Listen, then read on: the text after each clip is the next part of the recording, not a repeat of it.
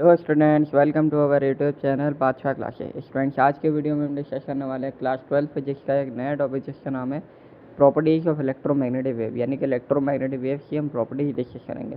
Student, electromagnetic wave में properties में तो सबसे पहले प्रॉपर्टी हमारी ये आती है कि electromagnetic wave accelerated charge produce करेगी और उसे किसी भी मटेरियल मीडियम या फिर यानी कि किसी भी मीडियम की किसी भी चीज़ की ज़रूरत नहीं है प्रोपोगेट करने के लिए। यानी वेव अगर इस तरीके से अगर चलती है हमारे इलेक्ट्रोमैग्नेटिक वेव में तो उसे किसी चीज़ की ज़रूरत नहीं है, किसी मीडियम की ज़रूरत नहीं है।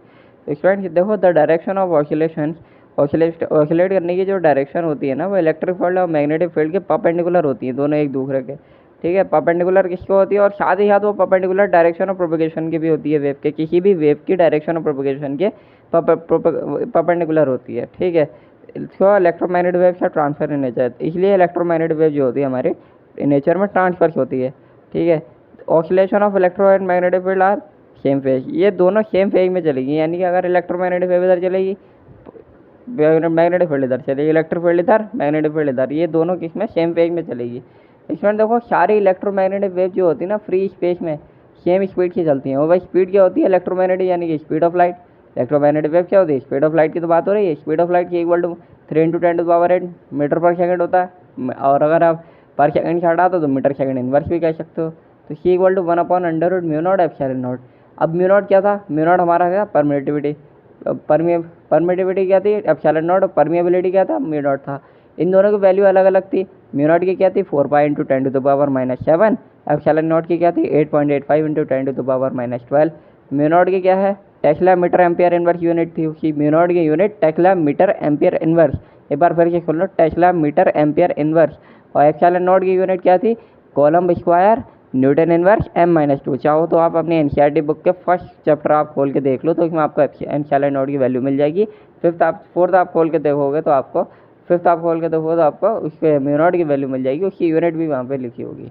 अब स्टूडेंट देखो, अगर हम किसी मटेरियल मीडियम की बात करें, ये तो देखो फ्री स्पेस की बात थी, यानी कि खुली हवा में। ठीक है, अब किसी भी मीडियम की बात करो तो v=c/n हम करते हैं, जिसमें c क्या होता है, स्पीड ऑफ लाइट। n हमारा क्या होता है, रिफ्रैक्टिव इंडेक्स होता है किसी भी मीडियम का। यानी कि अगर किसी मीडियम में अगर कुछ भी हो तो उसका रिफ्रैक्टिव इंडेक्स भी हमें पता होना चाहिए। एम्पलीट्यूड रेशियो देखो क्या होता है, इलेक्ट्रिक और मैग्नेटिक फील्ड का एम्पलीट्यूड का रेशियो क्या होता है, सेम रेशियो होता है E0/B0, c=1/√μ0 ठीक ही बात। ठीक है, the electromagnetic wave carrying energy as they travel through space and this energy shared equally by electric and magnetic field. देखो, इलेक्ट्रोमैग्नेटिक वेव जब ट्रैवल करती है वो तो एक एनर्जी कन्वर्ट करती है वो। ठीक है, वो ट्रैवल करते हुए एनर्जी जो कंटेन करती है वो ट्रैवल में इलेक्ट्रिक फील्ड और मैग्नेटिक फील्ड को शेयर कर देती है, वो बराबर बांटती है। यानी कि ऐसा नहीं किसी को कम किसी को ज़्यादा, तो वो बराबर इक्वली डिस्ट्रीब्यूट करती है। ठीक है, the average energy density of electromagnetic wave, तो एनर्जी डेंसिटी जो होगी इलेक्ट्रोमैग्नेटिक वेव की वो क्या होगी, हमारे mu of electric field plus mu of magnetic field. तो क्या हुआ है, U=½ ε0 E0 का square plus B0 square upon μ0। ε0 E² मतलब वही पढ़ा था, डिस्प्लेसमेंट था। तो इलेक्ट्रोमैग्नेटिक वेव जो होती है वो ट्रांसपोर्ट करती है क्या, लीनियर मोमेंटम है कि ट्रेवल थ्रू स्पेस के थ्रू मतलब लीनियर मोमेंटम में इलेक्ट्रोमैग्नेटिक वेव ट्रेवल करती है। ठीक है, इलेक्ट्रोमैग्नेटिक वेव कभी भी डिफ्लेक्ट नहीं होगी इलेक्ट्रोमैग्नेटिक फील्ड से। ठीक है, क्योंकि इलेक्ट्रोमैग्नेटिक फील्ड की डायरेक्शन अपोजिट होती है। अपोजिट कैसे, इलेक्ट्रिक फील्ड मान लो आपने, इलेक्ट्रिक फील्ड आपके परपेंडिकुलर होते हैं, एक्स एक्सिस डायरेक्शन में जाएगी, मैग्नेटिक फील्ड वाई एक्सिस में जाएगी, तो दोनों एक दूसरे को परपेंडिकुलरली होती हैं। ठीक है, इलेक्ट्रोमैग्नेटिक वेव क्या करेगी, प्रिंसिपल ऑफ सुपरपोजिशन को ओबे करती है। ये क्या करती है, यानी कि इसमें प्रिंसिपल ऑफ सुपरपोजिशन में क्या होता है, वेक्टर सम हो जाता है। ठीक है, ये प्रॉपर्टी किस चीज़ की दिखाती है, रिफ्लेक्शन दिखाती है, रिफ्रैक्शन दिखाती है, डिफ्रैक्शन, इंटरफेरेंस की पोलराइजेशन, ये आप अभी आगे पढ़ेंगे, इंटरफेरेंस, डिफ्रैक्शन, पोलराइजेशन, रिफ्लेक्शन। वैसे रिफ्लेक्शन तो पता ही होगा, लाइट रिफ्लेक्ट हो जाती है। रिफ्रैक्शन में लाइट नहीं हो तो रिफ्रैक्ट कर जाती है, यानी कि ऊपर से अगर एयर से आ रही है तो डायरेक्शन में चले जाएगी। इलेक्ट्रिक फील्ड तो इलेक्ट्रोमैग्नेटिक वेव के किस लिए रिस्पॉन्सिबल होती है, वो ऑप्टिकल रिफ्रैक्ट के, जब इलेक्ट्रिक फील्ड बड़ा होगा मैग्नेटिक फील्ड से।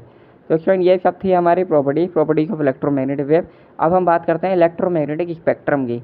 तो इलेक्ट्रोमैग्नेटिक स्पेक्ट्रम होता क्या है स्टूडेंट्स, देखो इक्वली ऑर्डर में डिस्ट्रीब्यूट जब करते हैं हम इलेक्ट्रोमैग्नेटिक वेव में, इलेक्ट्रोमैग्नेटिक वेव जब लैम्डा यानी कि वेवलेंथ और म्यू यानी कि फ्रीक्वेंसी, वेवलेंथ को हम लैम्डा से डिनोट करते हैं, फ्रीक्वेंसी को हम म्यू से डिनोट करते हैं, या फिर एफ से भी कर सकते हैं। तो वो इनटू अलग अलग ग्रुप्स में वाइडली डिफरेंट अलग अलग प्रॉपर्टीज शो करेगी इलेक्ट्रोमैग्नेटिक वेव, तो उसे हम इलेक्ट्रोमैग्नेटिक स्पेक्ट्रम बोलते हैं।